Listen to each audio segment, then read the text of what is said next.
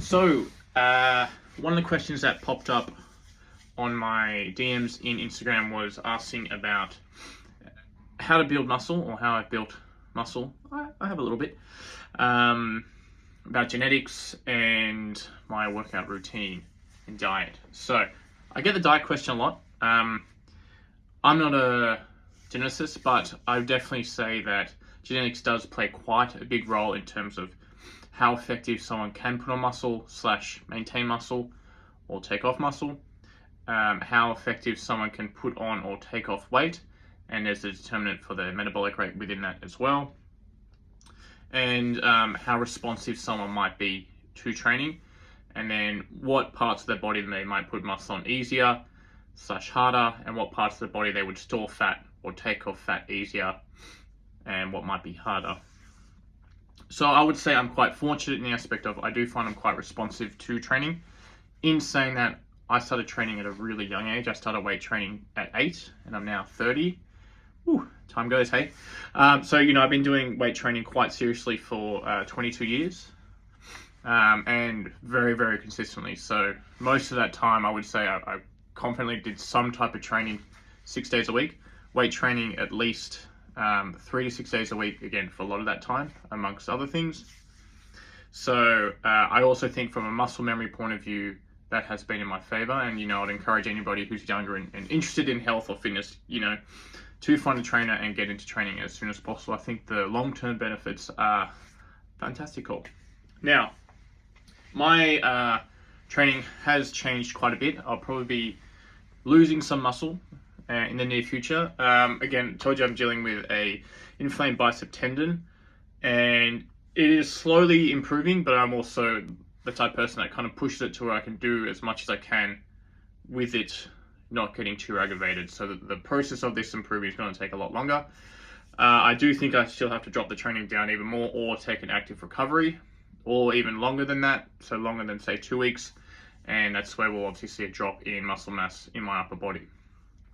So currently, what I'm doing, so for my lower body, I'm doing 12 sets of quads per week. So that is based on a leg extension machine and a Bulgarian lunge. The Bulgarian lunge is more hip focused, so it's not primarily going to be using my quadriceps. They will be a secondary muscle. So I do 4 sets of that Bulgarian lunge, but I'm only using kind of 2 of those sets, or counting them towards my quadriceps. The other I'll count towards glute max. So I do 16 sets of hamstrings per week, 8 sets of calves. The glute max, I was talking about the Bulgarian lunge. I do 4 sets per week, and then the glute medius, usually the seated cable abduction, abduction. I do that 4 sets a week. 8 sets a week. My mistake.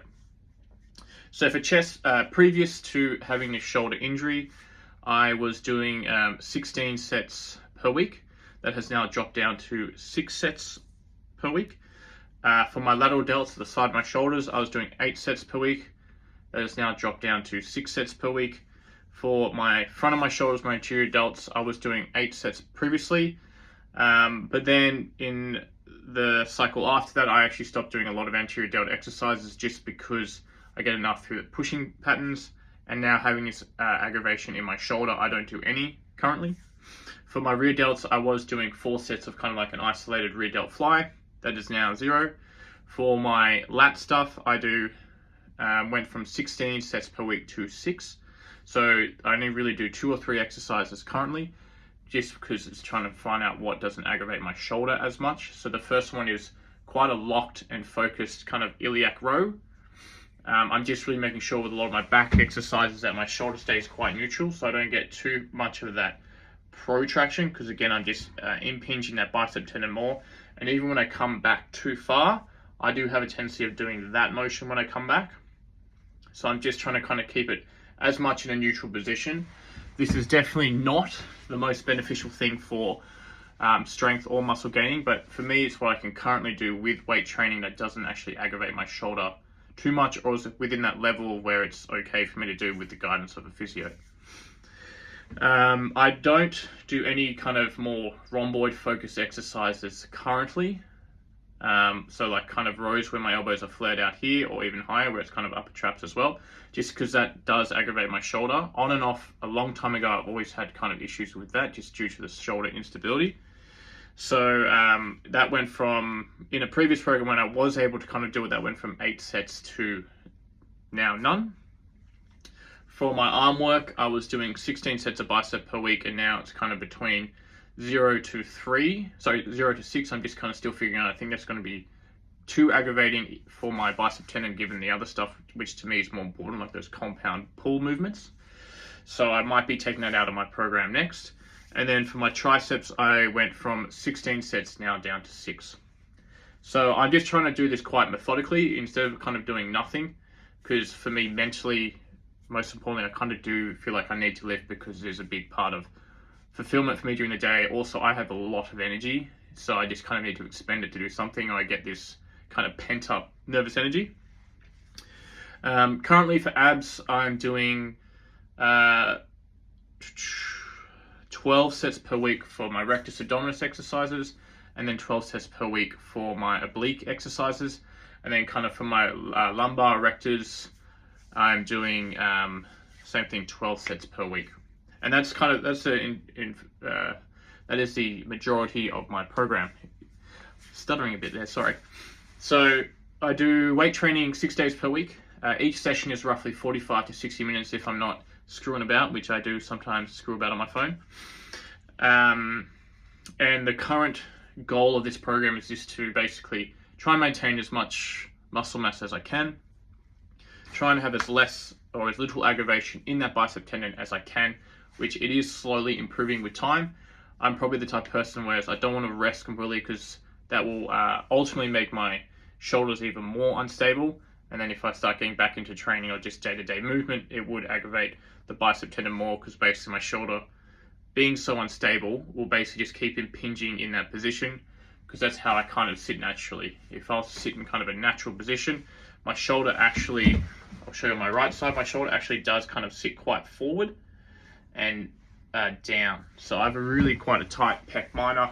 My scaling muscles are really tight, and my external rotators and lower traps are really, really weak. So it's something I do need to actively work on, trying to strengthen those muscles and release these other muscles, just so my shoulder can sit in a better position and over time take pressure off that bicep tendon. So training out of the way, from a nutrition point of view, I've kind of talked about this before, but basically I'm quite the big fan of, I just stick to a certain calorie amount and obviously monitor how I look or my weight depending on where I am if I can, and then make changes. So currently my calories sit between say 3,600 and 4,000, generally 4,000, but as my training will probably decrease, my calories will decrease closer to that kind of 3,600 mark. I really try and emphasize protein. So for me, weighing about 90 kilos, or at least previously I did, I'm a bit lighter now, I would try and have about 180 grams of protein. The other macronutrients I'm just kind of happy to fit in with how I want / feel like on the day. I'm not too fussed about hitting a certain carbohydrate or hitting a certain fat intake personally. From a general health perspective with my food, those who've been following for a long time notice I've had some periods where I just eat complete fucking rubbish.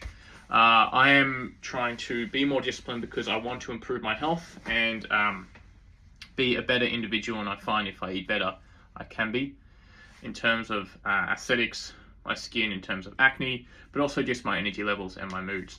So I really try and stick to kind of less processed whole foods, you might say, as much as possible. So, lean cuts of protein, lean dairy, a lot of fruits and vegetables, and I probably get the majority of my carbohydrates through fruits and vegetables. Currently, I'm obsessed with persimmons. I may not say that correctly, or kaki if you're in Japan, and I love it. It is honestly my favorite fruit. I found out the hard way that I can't eat too many in one day. Let's just keep it at that. But it is something I love. In terms of protein, that can get quite expensive if you're traveling a lot. So I generally eat at a supermarket. If I'm by myself, if I'm with friends, I'll eat out. But for me, a lot of my stuff comes from canned tuna, basically I'm a cat. It's kind of gross.